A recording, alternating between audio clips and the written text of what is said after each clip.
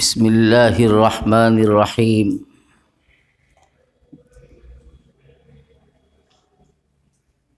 الحمد للہ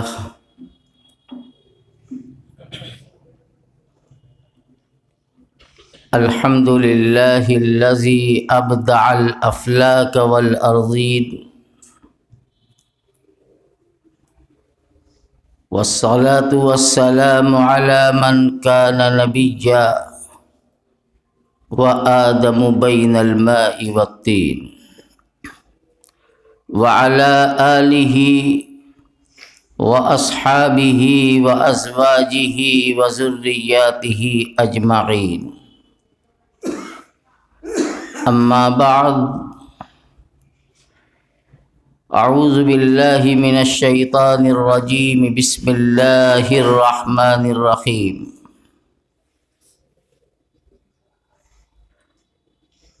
فلا يحزنك قولهم إنا نعلم ما يسرون وما يعلنون، صدق اللہ العظیم۔ بزرگوں اور بھائیوں، حقیقت یہ ہے کہ آج میرے کچھ کہنے کا موقع اور طبیعت اس لائق نہیں تھی، لیکن ناظم اجلاس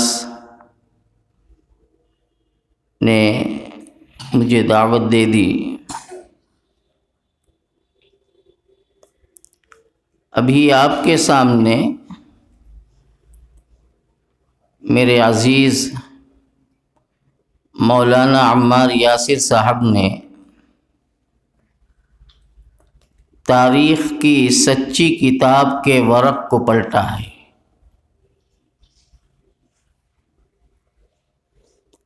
اور جو باتیں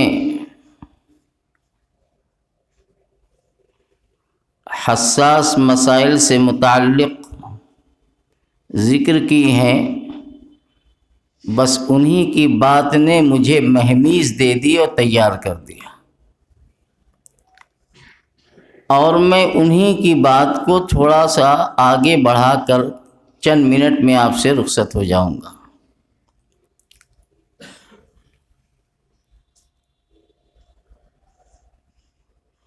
پہلے ایک شعر میں سناتا ہوں۔ شاعر نے بڑی اچھی بات کہی ہے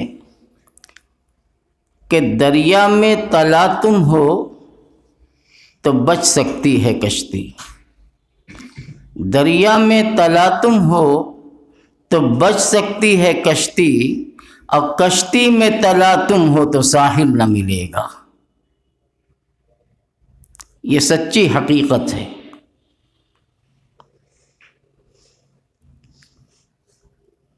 اللہ تعالیٰ نے اپنے نبی ہمارے آقا حضرت محمد صلی اللہ تعالی علیہ وسلم کو قرآن پاک کی متعدد آیات کے ذریعے تسلی دی۔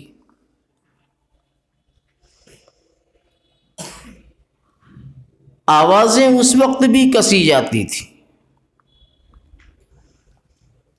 تانے اس وقت بھی دیے جاتے تھے۔ اللہ کے نبی جب مکے والوں کے سامنے اللہ کی کوئی آیت پیش کرتے تھے کہ اللہ تعالیٰ نے آج میرے اوپر یہ آیت اتاری ہے،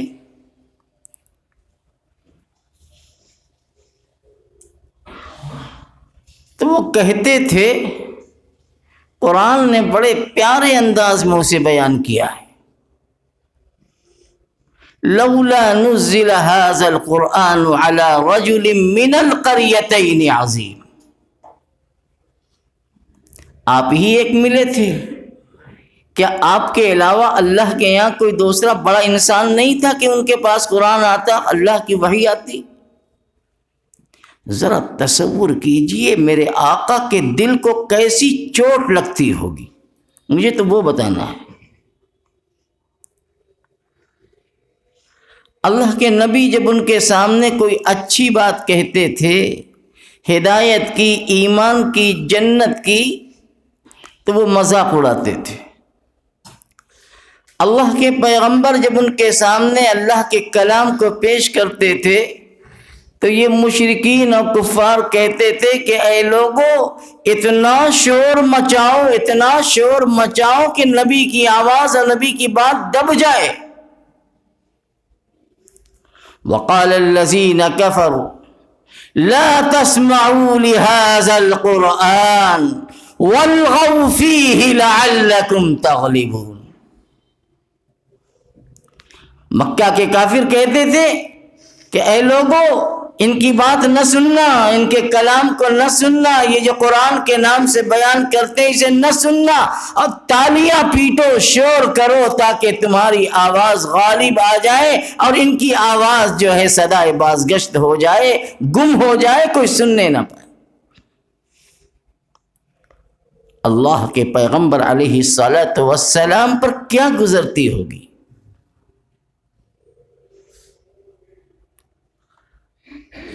کتنے ایسے واقعات، نبی رنجیدہ ہو جاتے تھے، ان کے سامنے کچھ نہیں کہتے تھے، تنہائی میں آ کر آنسو بہاتے تھے کہ پروردگار یہ امت کہاں سے کہاں چلی گئی۔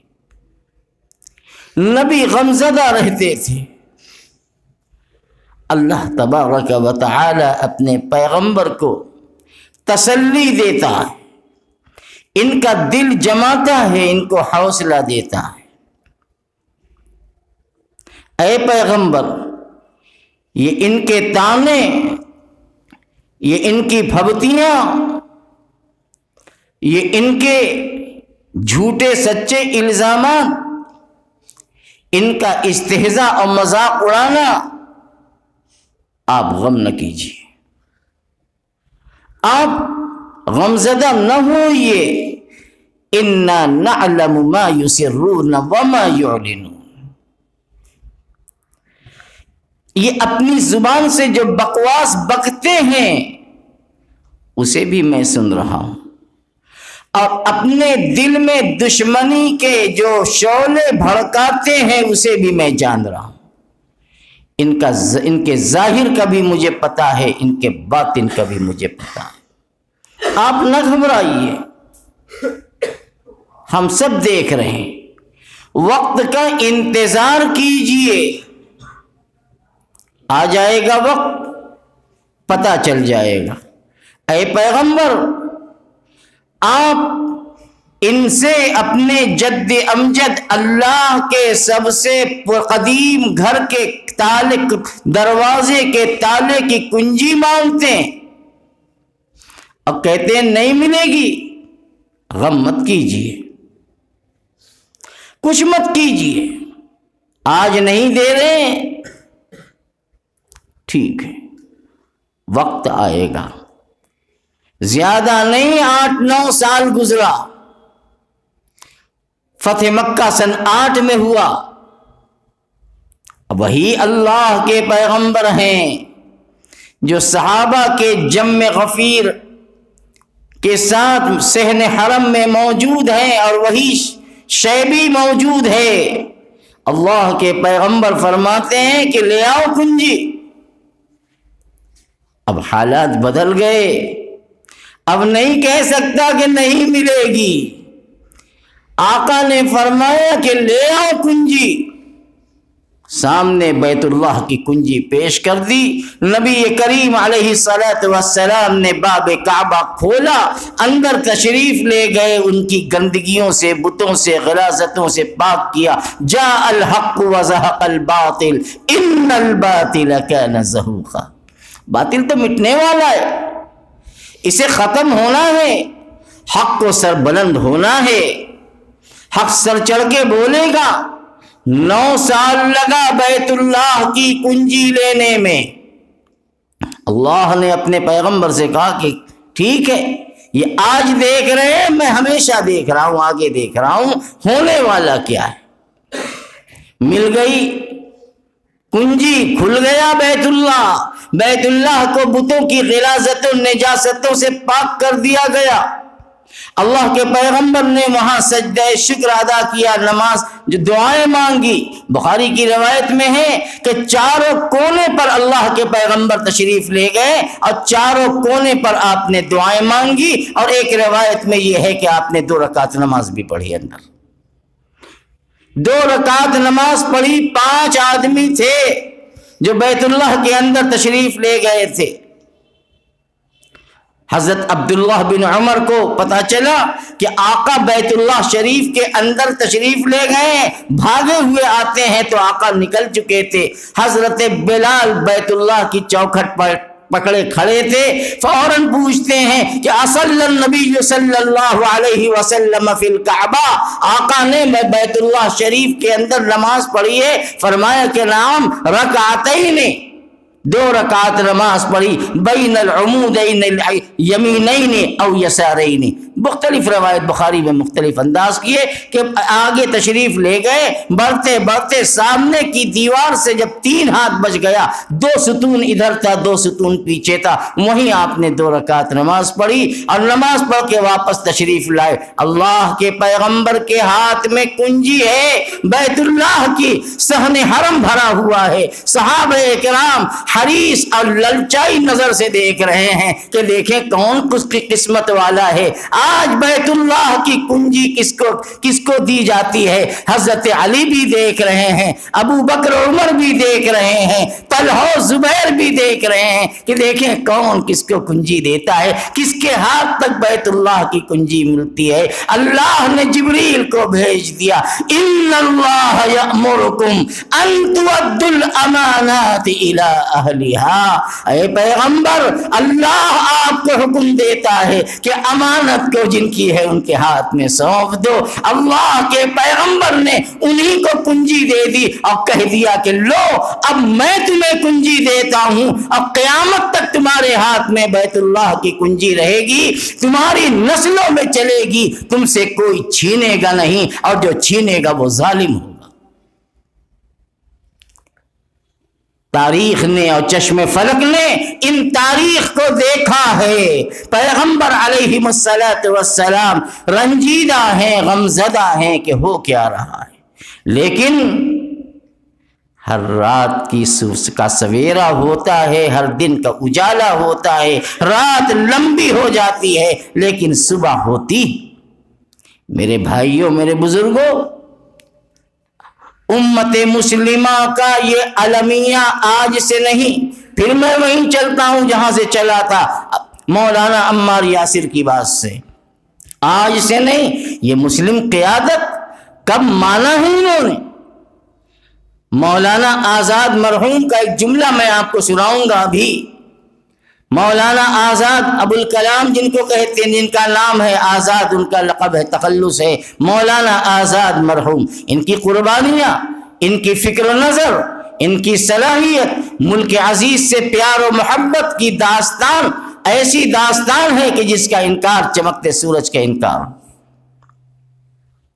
کون سی ایسی خوبی اور کمال ان کے اندر نہیں تھا کہ ان کو منصب قیادت پر فائز کیا جاتا، لیکن مولانا آزاد کو بھی خاطر میں نہیں لایا گیا۔ مولانا مرحوم کو اخیر میں یہ کہنا پڑا کہ اس امت کی قیادت کرنا اپنے کو الٹی چھری سے ذبح کرنا ہے۔ یہ مولانا آزاد مرحوم کا جملہ ہے۔ ہمیشہ ناقدری کی گئی اور ناقدری کا خمیازہ ایک کو نہیں سب کو بھگتنا پڑا۔ میرے بھائیوں، میرے بزرگوں، ملک کے جو حالات ہیں اور جس ڈگر پہ چل رہا ہے کس کو نہیں معلوم؟ کیا قصور ہے، کیا جرم ہے؟ اللہ کہتا ہے ہم ان کے دل کے ناپاک ارادوں کو جانتے ہیں اور ان کی زبان کے زہریلے بول کو جانتے اور سنتے ہیں، ہمیں سب معلوم ہے، اور ان کے انجام کا بھی انہیں پتا نہیں ہے، ہمیں پتا ہے، انہیں پتا نہیں ہے۔ شہرت کی بلندی بھی پل بھر کا تماشا ہے، جس شاخ پہ بیٹھے ہو وہ ٹوٹنے والی ہے۔ شاید پروردگار عالم کو یہ منظور ہے کہ حجت تمام کر دی جائے اور اس کے بعد قدرت کا آخری فیصلہ آ جائے۔ اس وقت تو ایک عجیب و غریب صورتحال ہے ملک کی۔ وہ نقشہ اور وہ ماحول اور وہ جذبہ جو سن 39 اور 42 کا تھا، بلکہ یوں کہیے کہ آزادی وطن سے 50 سال پہلے سے، بلکہ اس سے بھی زیادہ پہلے سے جو نقشہ اور جو چیز تھی، جو ماحول تھا، قدرت اپنے آپ کو ماحول بنا دیا اس نے۔ یہ نظام قدرت ہے۔ ہم چیختے رہ گئے، چلاتے رہ گئے، کانفرنسیں کرتے رہ گئے، لیکن ہم اپنے مقصد میں کامیاب نہ ہوئے۔ اللہ نے ایک جھٹکے میں سب کو جوڑ دیا، سب ایک ہو گئے۔ میرے بھائیوں، صبر و تحمل، اللہ نے فرمایا تھا نا، وَلَتَسْمَعُنَّ مِنَ الَّذِينَ أُوتُوا الْكِتَابَ مِنْ قَبْلِكُمْ وَمِنَ الَّذِينَ أَشْرَكُوا أَذًى كَثِيرًا۔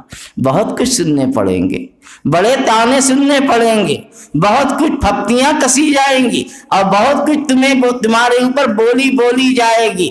تمہاری جان، تمہارے مال، تمہارے املاک، تمہارے کھیت، تمہارے پھل، تمہارے پھول سے تمہیں آزمایا جائے گا، سب ہوگا، اس سے بچ نہیں سکتے۔ لیکن والعاقبۃ للمتقین، انجام ایمان اور تقوی والوں کے ساتھ ہے۔ میرے بھائیوں، اللہ تعالیٰ نے قرآن میں سب بیان کر دیے۔ ہمیں پست ہمت ہونے کی ضرورت نہیں ہے۔ ہو سکتا ہے کہ قدرت نظام بنا رہی ہو، اس لیے کہ انہم یکیدون کیدا واکید کیدا، یہ بھی ایک چال چل رہے ہیں۔ قدرت کہتی ہے کہ ہم بھی ایک چال چل رہے ہیں۔ آؤ سنستدرجہم من حیث لا یعلمون واملی لہم ان کیدی متین۔ ہم تو ڈھیل دے رہے ہیں، اور بڑھو اور بڑھو اور بڑھو۔ سرکشی کتنی کرو گے؟ جب آ جاؤ گے پھر اس کے بعد رسی ٹائٹ کر دی جائے گی، پھر کھینچیں گے، اور ایسی جگہ سے کھینچیں گے کہ تمہارے ہوش و حواس گم ہو جائیں گے۔ یہ کیا ہو گیا؟ یہ کیسے ہو گیا؟ ہمارا جرم بس یہی نہ ہے، الذین اخرجوا من دیارہم ان یقولوا ربنا اللہ، بستیوں سے نکالا جا رہا ہے، شہروں ملکوں سے ملک بدر کیا جا رہا ہے، پابند سلاسل کیا جا رہا ہے۔ کیا جرم ہے؟ صرف جرم یہ ہے کہ ہماری پیشانی ایک اللہ کے آگے جھکتی ہے، ہمارا دامن ایک مالک کے آگے پھیلتا ہے۔ اور کیا جرم ہے؟ ملکی سیاست، ملک کی خدمت، ملک اور وطن سے پیار و محبت، یہ تو ہماری عقیدت اور ہمارے دین کا حصہ ہے۔ آج بھی اس ملک کی سوندھی مٹی میں ہمارے اسلاف کے خون کی مہک آ رہی ہے۔ ان پاک فضاؤں کے اندر ان کی سسکیوں کی آہٹ آج بھی موجود ہے، ان کی آہ کی گرمی آج بھی ان فضاؤں کے اندر موجود ہے۔ کیا تاریخ کو جھٹلایا جا سکتا ہے؟ کیا اس کا انکار کیا جا سکتا ہے؟ جس وقت دارالعلوم دیوبند کی بنیاد رکھ دی گئی، اب پہلی اینٹ رکھ دی، اقطاب عالم اور اس دور کے اکابر نے، سید الطائفہ حضرت حاجی امداد اللہ صاحب مہاجر مکی رحمت اللہ علیہ مکۃ المکرمہ ہجرت کر کے تشریف لے جا چکے تھے۔ حالات کچھ ایسے تھے، لیکن جب مدرسہ دیوبند کی اینٹ رکھی گئی اور حضرت حاجی صاحب علیہ الرحمہ کے متوسلین، مریدین، معتقدین نے خوشی کا پیغام اور خوشی کی اطلاع بھیجی حضرت حاجی صاحب کے پاس کہ حضرت مدرسے دیوبند کی بنیاد رکھ دی گئی، تو حضرت نے فرمایا واہ بہت خوب، یہاں روتے روتے مٹی تر ہو گئی، مانگتے مانگتے آہیں نکلتے نکلتے فضا گرم ہو گئی، اور کہتے ہو کہ میں نے رکھ دیا۔ کیا مطلب ہوا؟ بڑوں کی بات بڑی اونچی ہوتی ہے، ہم جیسے کوتا عقل کوتا علم نہیں سمجھ سکتے۔ یعنی ڈور کہیں سے ہلائی جا رہی ہے، آہٹ اور کہیں آواز کہیں دی جا رہی ہے، دھمک کہیں ہو رہی ہے، میرے بھائیوں، میرے بزرگوں، ہمت حوصلہ سے کام لینا ہے، ہمیں ایک قدم پیچھے نہیں ہٹانا ہے، پورے عزم استقلال کے ساتھ رہنا ہے۔ ہم کل بھی تھے، آج بھی ہیں اور کل بھی رہیں گے انشاءاللہ۔ اب میں تو پچھلے جمعہ میں اعلان کر چکا ہوں کہ اگر کوئی آئے اور آپ سے ثبوت مانگے، کاغذات مانگے، کوئی کاغذ نہیں دکھانا ہے۔ کیوں کاغذ دکھائیں؟ ہم کس بنیاد پر ہم کاغذ دکھائیں؟ پہلے تم اپنا ثبوت پیش کرو کہ آزادی وطن کے لیے تمہارا حصہ کتنا ہے۔ ہماری تاریخ تو پتے پتے اور بوٹے بوٹے اور چپے چپے پر لکھی ہوئی ہے، تم پہلے اپنا ثبوت پیش کرو۔ میرے بھائیوں، حالات بدلیں گے، قربانیاں رائے گاہ نہیں جاتی۔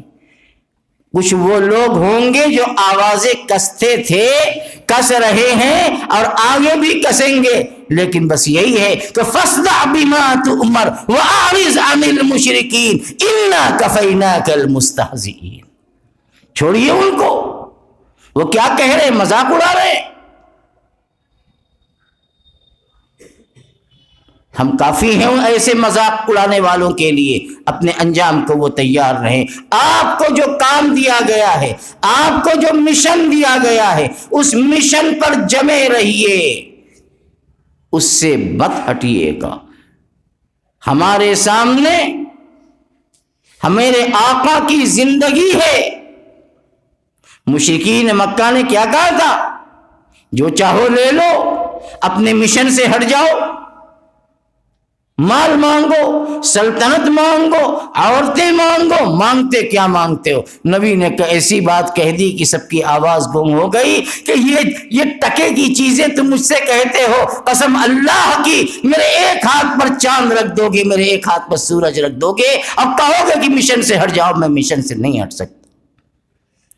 یہ میرا مشن ہے، فَاصْدَعْ بِمَا تُؤْمَرْ، ہمیں حکم ہے، ہم کر رہے ہیں، کرتے رہیں گے، اب کیا ہے، کر کے دکھایا۔ میرے بھائیوں، اللہ تعالی ہمارے اندر عزم، حوصلہ، بصارت، بصیرت، اپنے اکابر، اپنے قائد، اپنے بڑوں کے مشورے اور ان کی باتوں کو سننے اور گوش دل سے سن کر اس کو اپنے لیے مشعل راہ بنانے کی توفیق مرحمت فرمائے۔ اور یہ آندھیاں ہیں، یہ آندھیاں تو آئیں گی، گھاس کے گھروندوں سے زور آزمائی کیا، آندھیاں بھی پگلی ہیں، برق بھی دماری ہے۔ وآخر دعوانا ان الحمد للہ رب العالمین۔ اللهم صل على سيدنا وشفيعنا وحبيبنا ومولانا محمدا عبده ورسوله كما تحب وترضى بعدد ما تحب وترضى، وصل على جميع أصحابه وأزواجه وأبنائه وذرياته أجمعين۔ اللهم ربنا ظلمنا أنفسنا وإن لم تغفر لنا وترحمنا لنكونن من الخاسرين، لا إله إلا أنت سبحانك إني كنت من الظالمين۔ اللهم إني ضعيف فقوني، وإني ذليل فأعزني، وإني فقير فارزقني۔ اللهم إنا نسألك من كل خير خزائنه بيدك، اللهم إنا نعوذ بك من كل شر خزائنه بيدك۔ ربنا لا تجعلنا فتنة للقوم الظالمين، ربنا لا تجعلنا فتنة للقوم الظالمين، ربنا لا تجعلنا فتنة للقوم الظالمين، ونجنا برحمتك من القوم الكافرين۔ اللهم أنت ولينا فاغفر لنا وارحمنا وأنت خير الغافرين۔ اللهم أصلح جميع أحوال أمة محمد صلى الله عليه وسلم، اللهم اهدنا واهد جميع أمة محمد صلى الله عليه وسلم، اللهم اغفر لنا واغفر جميع أمة محمد صلى الله عليه وسلم۔